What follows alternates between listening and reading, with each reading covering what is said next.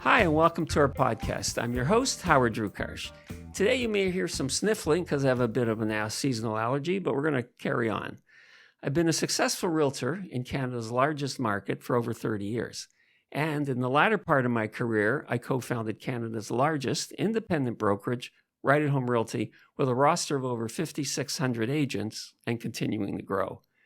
In 2020, I retired to start this podcast.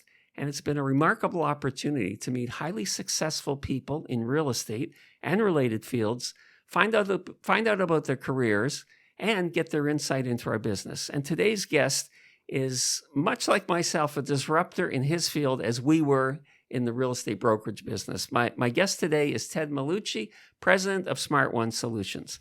I've got Ted's bio here, and because it's so impressive, I want to go through every item, and then I'll introduce Ted on camera. So, as I mentioned, Ted is president of SmartONE Solutions, and it's a company committed to advancing digital living experience in communities.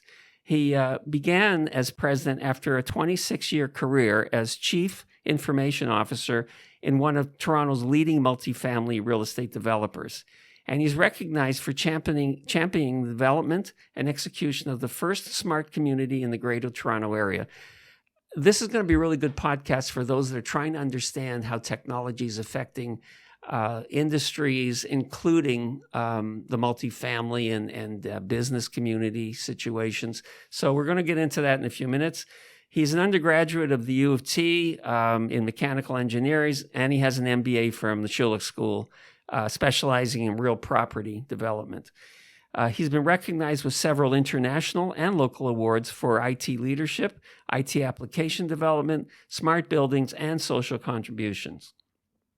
Some notable leadership and innovation awards were the top 10 best class CIOs in North America by Computer World, 2 CIPA Gold Awards of Excellence for application development in the real estate industry, and the Mid-Career Award from the University of Toronto for impact on an industry in an engineering career. For social contributions, Ted has also been recognized with the Queen Elizabeth II Diamond Jubilee Medal for promoting Canadian innovation, the Citizenship Award from the Professional Engineers Association of Ontario, and the 2017 Meritorious Service Award Community Service from Engineers Canada. His efforts in smart and connected communities have garnered multiple Digi Awards for Digi Awards from real. I can't even say it. There's so many awards here, Ted. Digi Awards from the Realcomm Association for Innovations in Multifamily Real Estate. He's also received a Lifetime Achievement Award, which is awarded to an individual that has caused a major shift in an industry. In 2016, he was named Private Sector Canadian CIO of the Year for his work and on advancing smart and connected communities. He's also involved in getting the message across by funding universities across the country to create a structured group focusing on technology to address senior care. And you can find that on https pathplatform.ca. Okay, Ted, I'm exhausted. I'm going to turn it over to you. All right. So thank you for joining us. And it is an impressive career. You know, before we got on camera, I asked if you're a disruptor because that's what we were in our industry when we started in 2004. And being a disruptor, you don't usually get a lot of applause from your friendly competitors. I mean, but you do get a lot of applause from those that have benefited. In our case, it was real estate agents. So let me begin, and certainly welcoming you. I think what we try to do in our podcast is to give value to people listening, and just by going through your website and what you've done, I've learned a lot about a part of an industry I really didn't understand. So we're going to turn it over to you from here. And let me start with question number one I have for you is, what is smart building, and what is it about that made you choose to dedicate your career to it? I love speaking to this question because I think it's something that's really needed in this industry. Because we see a lot of people saying they're going to shift to smart, and they still think that shifting to smart means that I have smart lighting in my suite and I can see a lobby call on my phone. And meanwhile, there's this much bigger picture to all of this.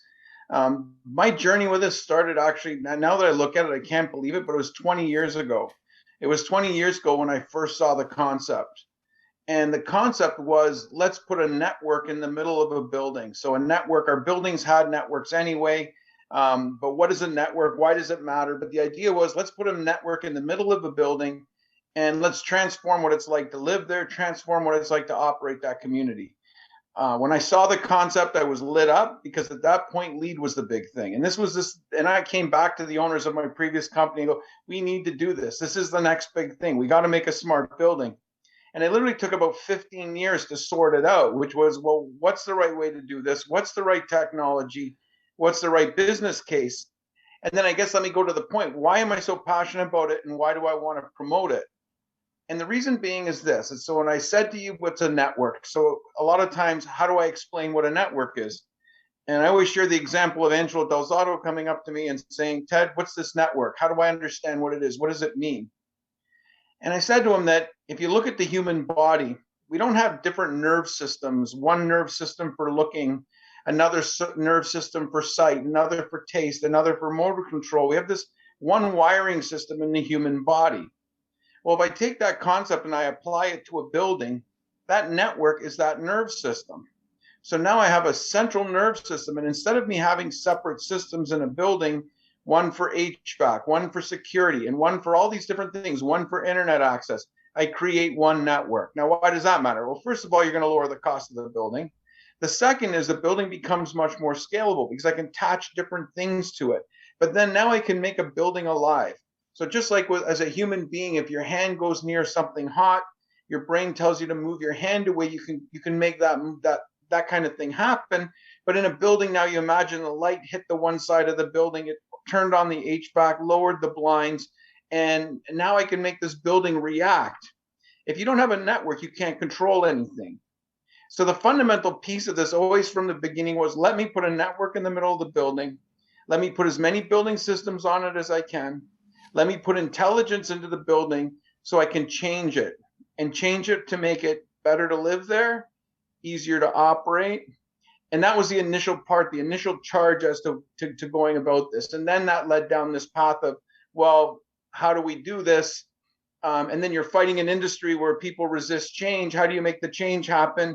And then I guess, what does this smart building actually look like? So I'll pause there to see if you have any questions. There's a lot to sort of say, but that was the original piece. I knew that this was a major shift of the industry, and I knew it had to happen. The only way you're ever going to do sustainability, the only way you're going to do advanced care of people, security, all of those things is actually to take an approach where there's an actual strategy that uses technology in a smart way in a building.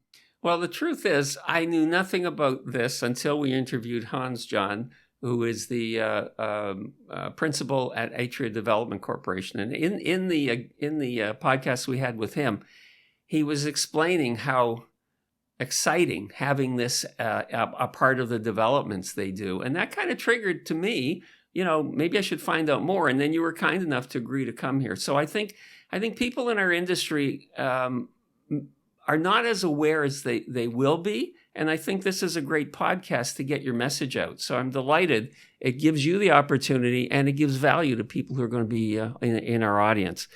How do you see smart building and community technology shaping the future, which kind of follows up with what you're saying? There's a lot of things, and we're seeing it evolve. When I started on all of this, so a little bit about my background, because it plays into, this is where this whole thing feels like, actually, I don't want to sound cliche, but my life's purpose almost, because I started working as an engineer. I got hired by Tridel in 1989. I got hired by Angelo because one of his friends saw me in high school. In high school, I wrote programs to teach mentally challenged kids. He said, hire this kid. He knows computers.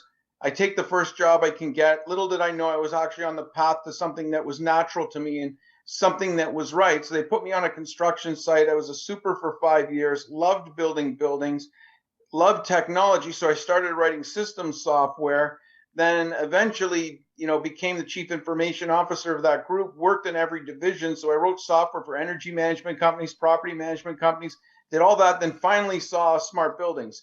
And then I thought, hey, wow, this is just destiny, because I'm able to now take construction, design, energy management, property management, take all these different pieces and pull them together now to change what it's like. And that was part of this strategy piece. So the first part of the strategy was, well, let me put a network so I can connect everything. The second part of this was, let me build open software so now that I can change the experience of living there and operating the community. So now that I have the network, I can connect things. So I can connect HVAC systems, security cameras, I can provide Wi-Fi, I can connect package delivery systems, automated license plate readers, I could attach defibrillators. In the home, I could attach health-based sensors. So you can imagine I can attach anything I want to this thing. That's the starting point. This is that network piece. Now, when we layer onto it software, we now have an interface that the homeowner goes to on their phone. We have an interface that the manager of the community goes to. That's that next critical element, because now I can actually communicate and surface things together. And then layer onto that a bunch of tools like ticket management and announcements and different systems like that. Now we've created the infrastructure to create solutions. So what do the solutions look like? Well, the starting point is someone calls from a lobby. Obviously, I can answer it on my phone. I can change my energy from wherever I am using my phone. I can book a party room. And then we started to build out. So beyond those base functions, we started to build out a whole bunch of service models that really will transform what it's like. And the idea being that the more things you bring into a common app, the greater the use of that app. So if I'm using this app to change my temperature, if I'm using this app to grant someone access to the community, if this app is my suite alarm and telling me my alarm went off and giving me remote monitoring, well, now I've got an interface that people are actually looking at. So now what do we do? Well, we're already doing it as energy consumption. We can show you your energy consumption using the same app. And this is where the stuff started to get fun. So we built out all that base stuff, and we're doing smoke detection, leak detection, and all those things to mitigate risk. And I'll speak about some of those services in a minute. But now we're able to bring in other things, and we're already doing this in a lot of communities. Almost every single community we do now has integrated car share. I'm in my app, I want a car, I book it, I pay on a consumption basis. Wow. And there's a revenue model back to the community where rent is paid on that spot. But you imagine now what that's like living in a community. You maybe can not have one car, and it's a private car share to that building. And then the spin-off benefit is when you're doing the development, the city will allow you to reduce your parking requirement 4-to-1 for those spots in most jurisdictions. So now what we've done is use the platform to enable something that creates, shared mobility. And we're doing e-bikes and scooters and that type of thing at the same time. Other services we're doing now are shared car charging. So car charging's in the future. There's not enough spots. Right. Well, now we can turn car charging into an amenity. I need to charge my car. I book it on my app. I pay for it on a consumption basis. There's now a way to pay for that service. The residents get the use of the amenity, but there's a business model to support it. We've gone to the other extent where now what we've done is, and this all comes from listening. So we were listening, another client we're working with. We have 9 buildings, 2,500 units on a common parking deck, and there's all this retail. And our client came to me and he said, what am I going to do with this retail? Who's going to come here? And it just so happens that in my network, there's a guy who owns the company that creates the software for shopping malls. So the Eaton Center shopping mall software is what his business does, as one example. He's in hundreds of malls. Well, we just embedded his software inside our app. So now I can push in my app market. It will show me the stores that are in my community. The stores in the community now have self-management portals where they can control the content and they can engage in dialogue with the resident.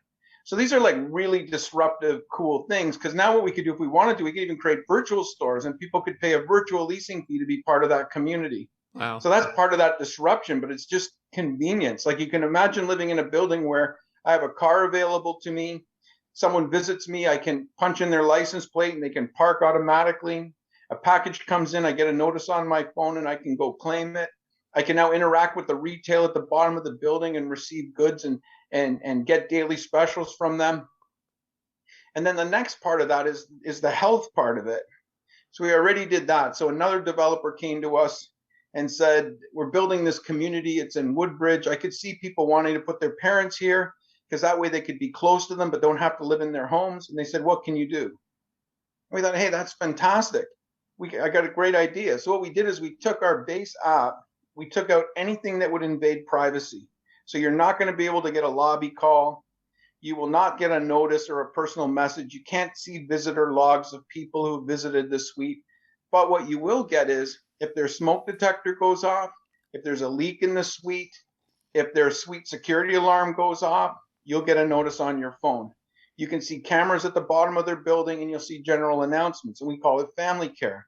Now, family care is not just senior care. You imagine your daughter moved to her first condo. Isn't it great to be able to stay in touch, not invade her privacy, but if something goes wrong, you're going to be notified. That's the message in this. It's like, how do we create things that are actually going to cause, positive outcomes and solve issues? I'll go through one more. I mean, I could keep going because it's obviously the area where, for me, what's amazing is, like I said, I've been at it 20 years, 15 years since the first smart community was launched. We've now built so much infrastructure and tool sets that we keep spinning out more and more new things to address these problems, and it's become fun. So let me give two more. One was one of our clients was selling to someone who was hearing impaired. And they said, SmartONE, what can you do? And all we did was, because our system is an open platform, we can connect different devices to the network. We connected Philips Hue light bulbs. If someone calls from the lobby, their suite goes green. Wow. If someone at their front door, it goes blue. And if alarm goes off, it goes red. That wasn't some big development. We already had everything to do that. We just created a scene called hearing impaired, and it worked. Right? So this is, again, where it's like, you name the problem and you can solve it. And the last place I'm going to go to, because I know I'm going to keep running through, is that's the sustainability piece. The security piece we already get. People now can self-monitor their security. They can see cameras within their building. They can now dialogue. So we're doing these things that create a safer community. Obviously, touchless entry and all that stuff, and control of different things. We can do all those things. Sustainability has been interesting because what we've done was, what we do with our system is we actually connect directly to the HVAC unit in a building. And what we do is we establish two-way communication with it.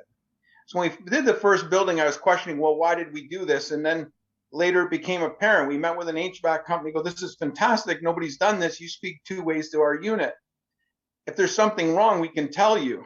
So now in one of the buildings, the first iteration of that was, what the drain pan's full, it actually tells you. It tells the manager of the community the drain pan's full.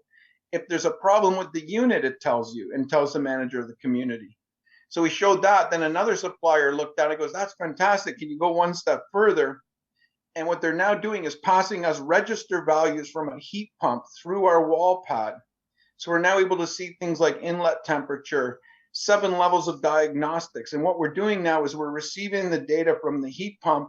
We're passing it through something called an API. A company is reading our data, and they're now using that data to optimize the energy performance of a building. So you're starting to see that we could do things you could never do before. Mm-hmm. Like if you think from a heat pump system, it's valuable enough to know how many are heat and how many are cool, what's the set points, and what's the ambient temperatures. Well, now we've gone a step further. We can actually see the diagnostics of the whole system running. And that optimization, and that's the place. There's two places where you spend a lot of money. One is on energy. The second is on staffing.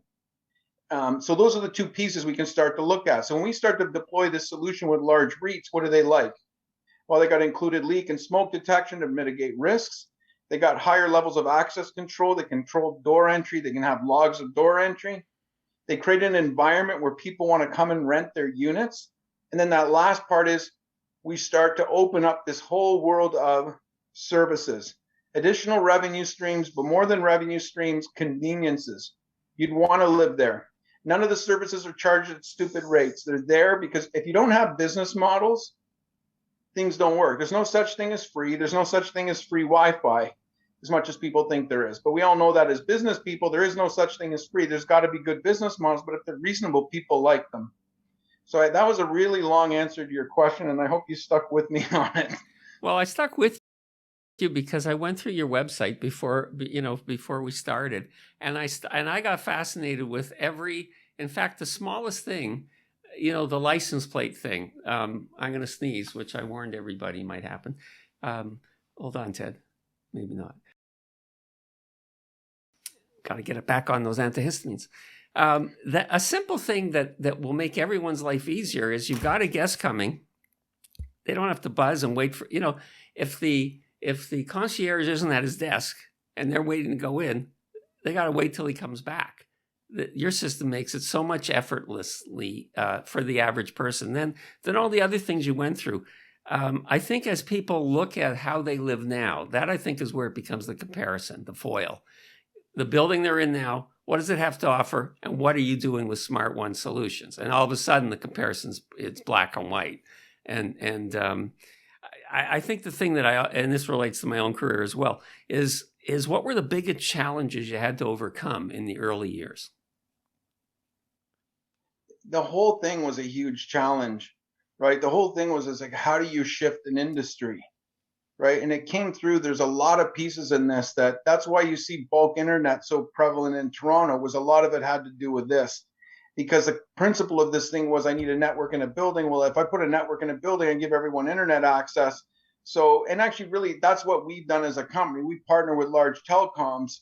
They sell our solution, bundle it with internet. We sell a concept called smart community. So just like you have smart home and smart home monitoring, we have smart community. But when I go back to it, that it took 15 years, it took 15 years. And I talk, there's like certain pivotal moments in this thing.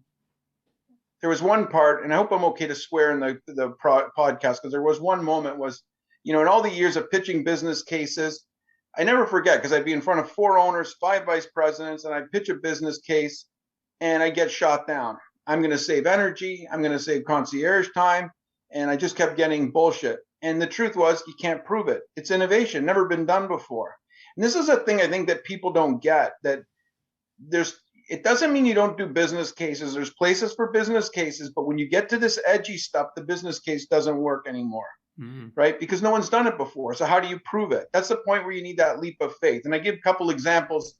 The one is like, do you think that someone said, do we build a railway across Canada?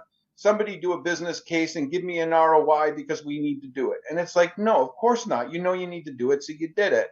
Or I always give the example with Steve Jobs. You think when he made an iPad, he said, I know I'm going to build it. It's going to cost me $1,100. I'm going to sell it for $1,500. It isn't. It becomes a point of a leap of faith.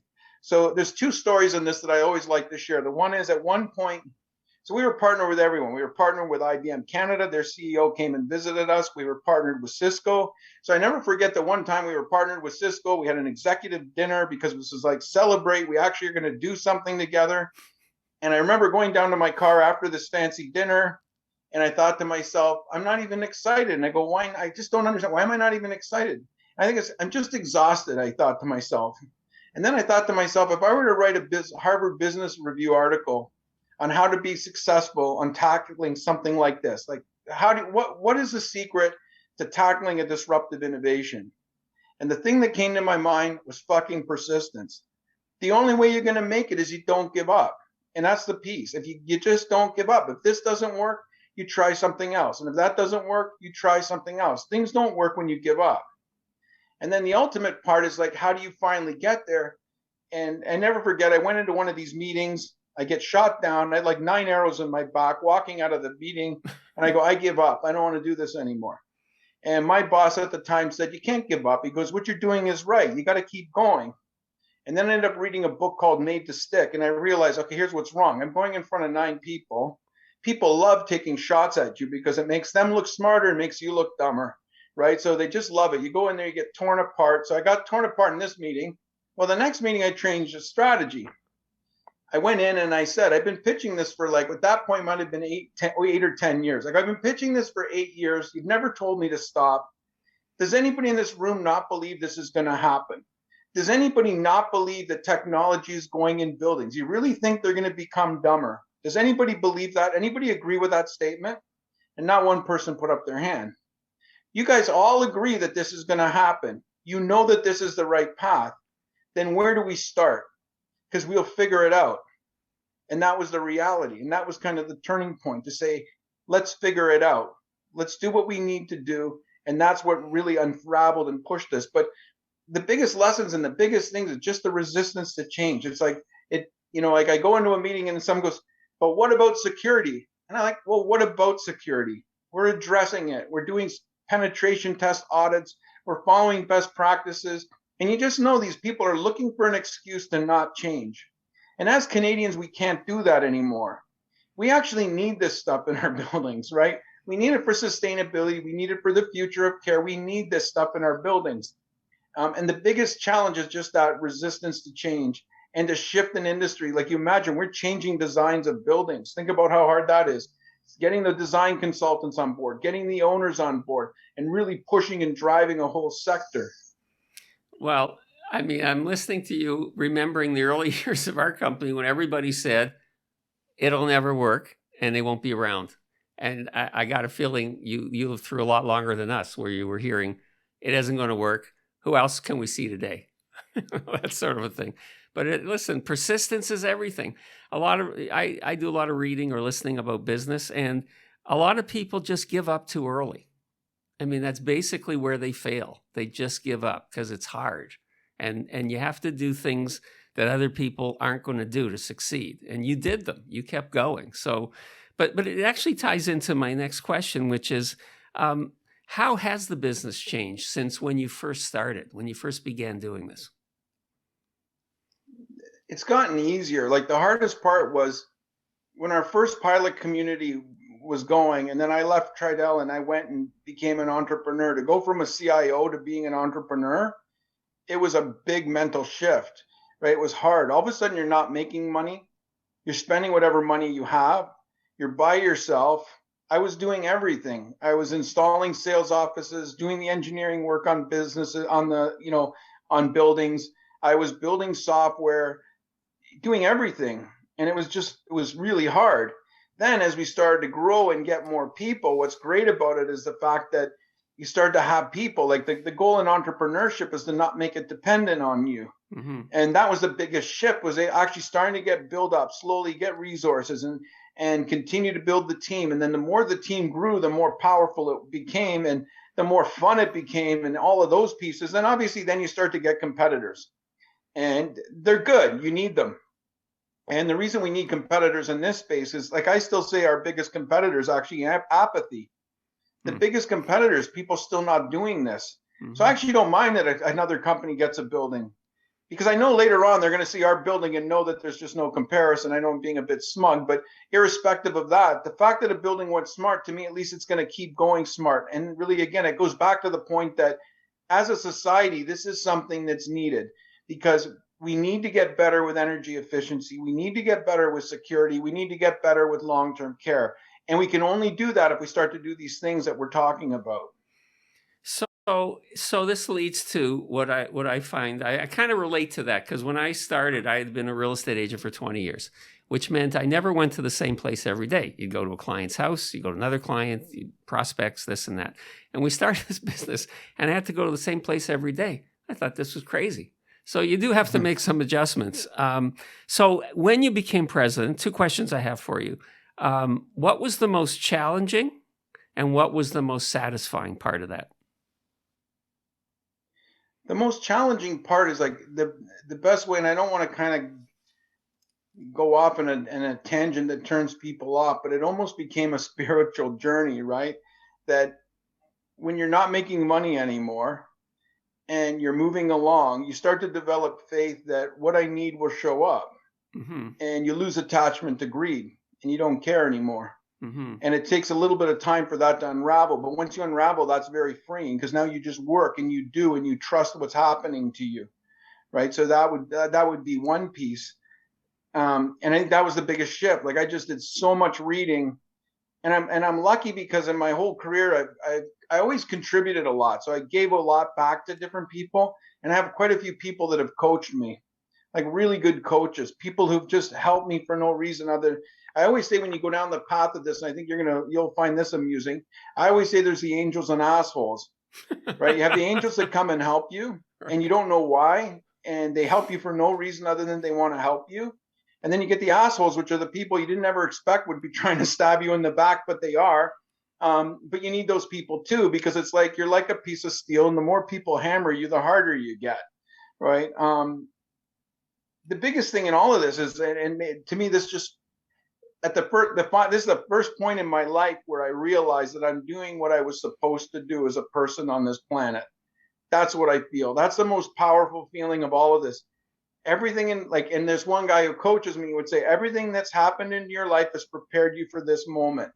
And I think that was the most powerful thing, is to kind of feel like I knew I wasn't in the right spot. I knew I wasn't in the right spot, but I'd make excuses that say, why was I in the right spot, to finally get to this point where I'm in the right spot now.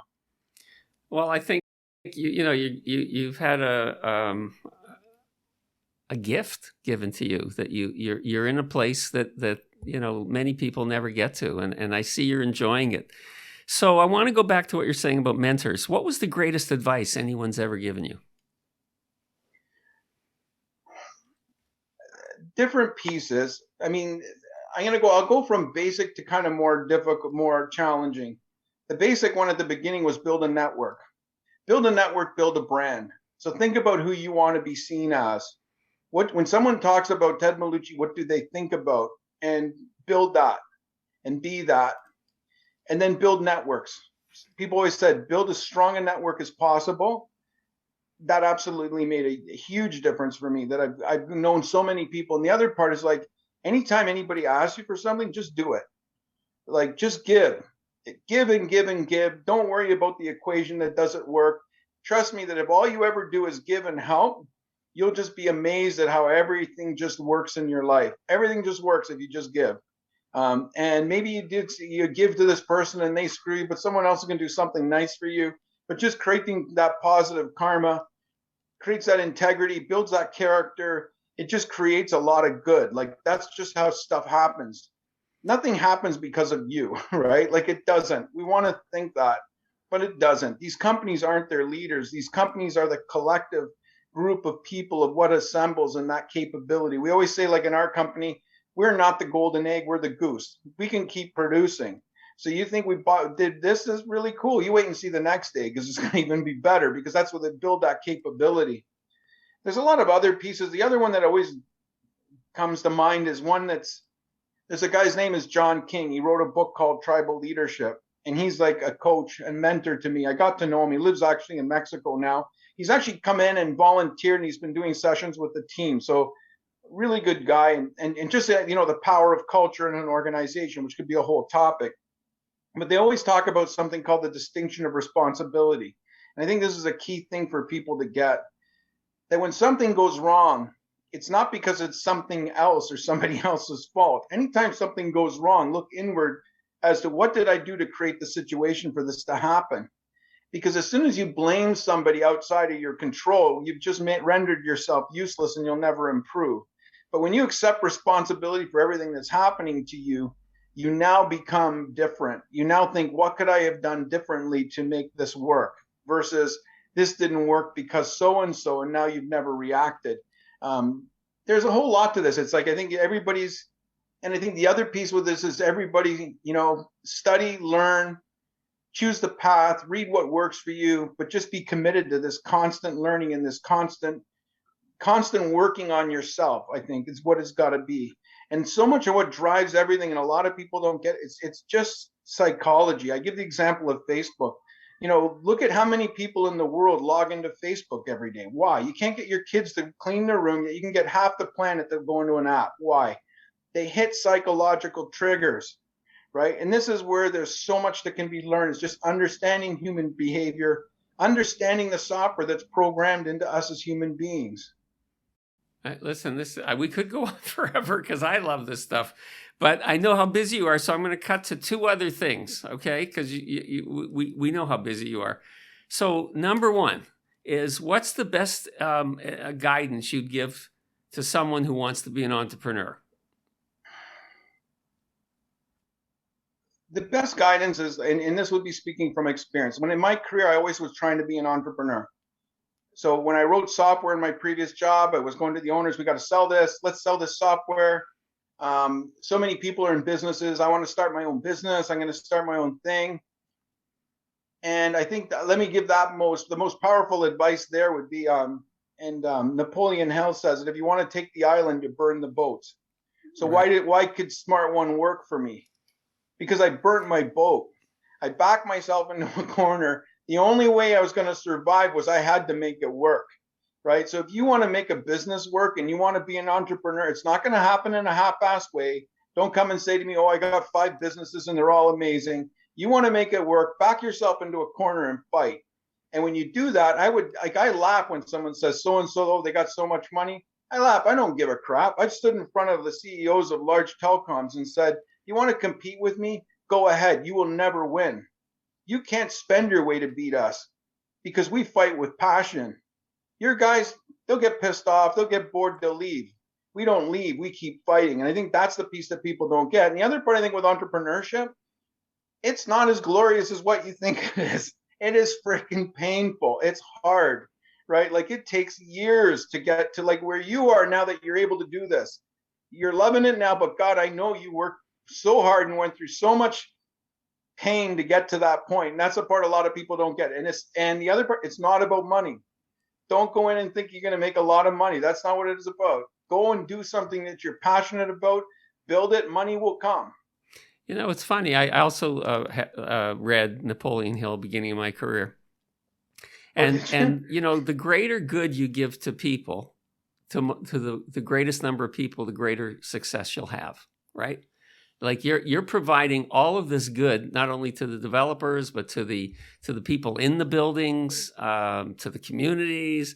Like that, you're providing lots of good, and that's what's coming back to you because it's not selfish. I mean, you know, like I see you're passionate about what you do, and like me, you're having fun doing it. You know, the point of having been an entrepreneur myself, what you've done, once you've reached the point where you hit whatever you define as success, you forget all the other crap because it's the pleasure of having got there, right? And I can see, listen, I understand everything you've said about people saying no, arrows in your back, you know, taking that leap of faith. That's the hardest part, Ted.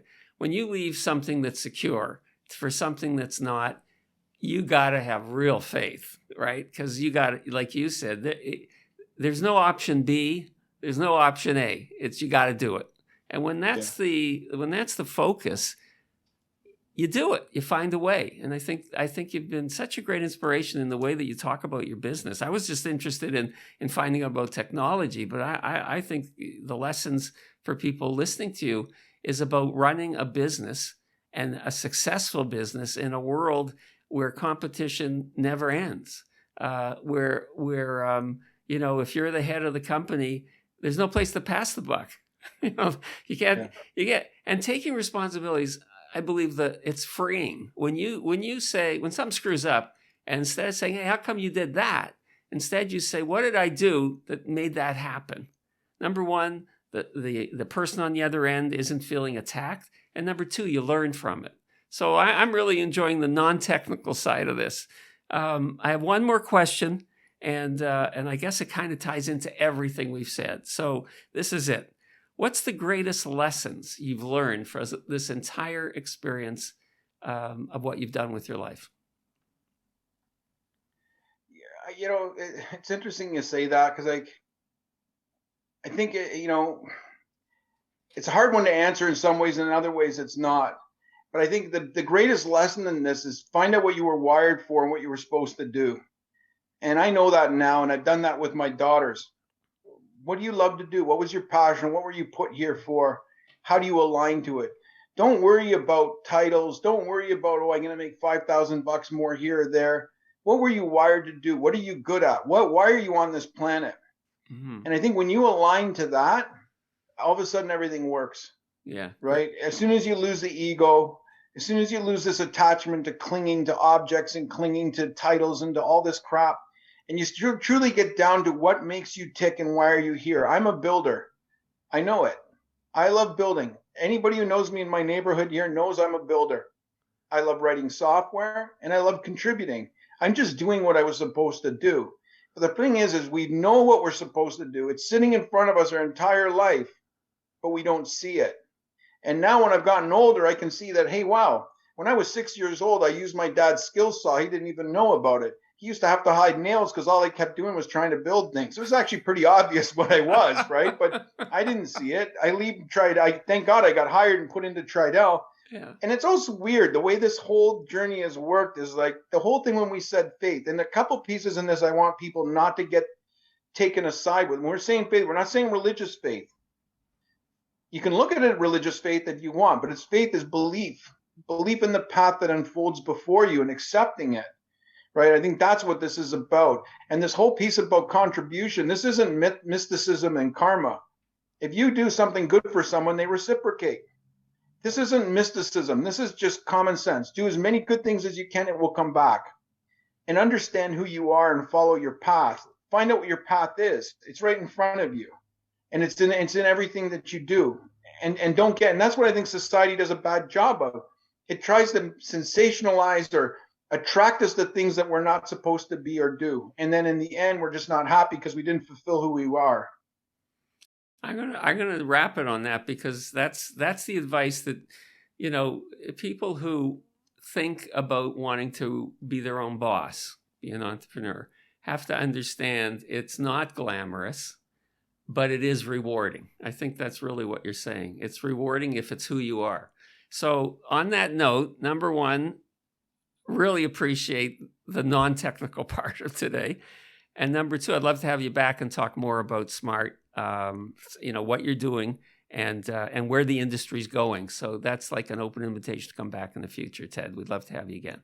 Thank you. And I'd love to, the one piece we didn't touch on, and maybe we're doing a different session, is where we have funded universities across Canada, and they're using machine learning and artificial intelligence with our platform to create next generation assisted care. Can't say more than that. We've used up the time, but that's another piece that I'm really, really excited about. And we had the 4 universities, the 5th one's joining, more and more people. We're creating a groundswell around this topic. So very cool stuff. We need technology to help with an aging population. So why don't we use that as the topic for the next time we get together?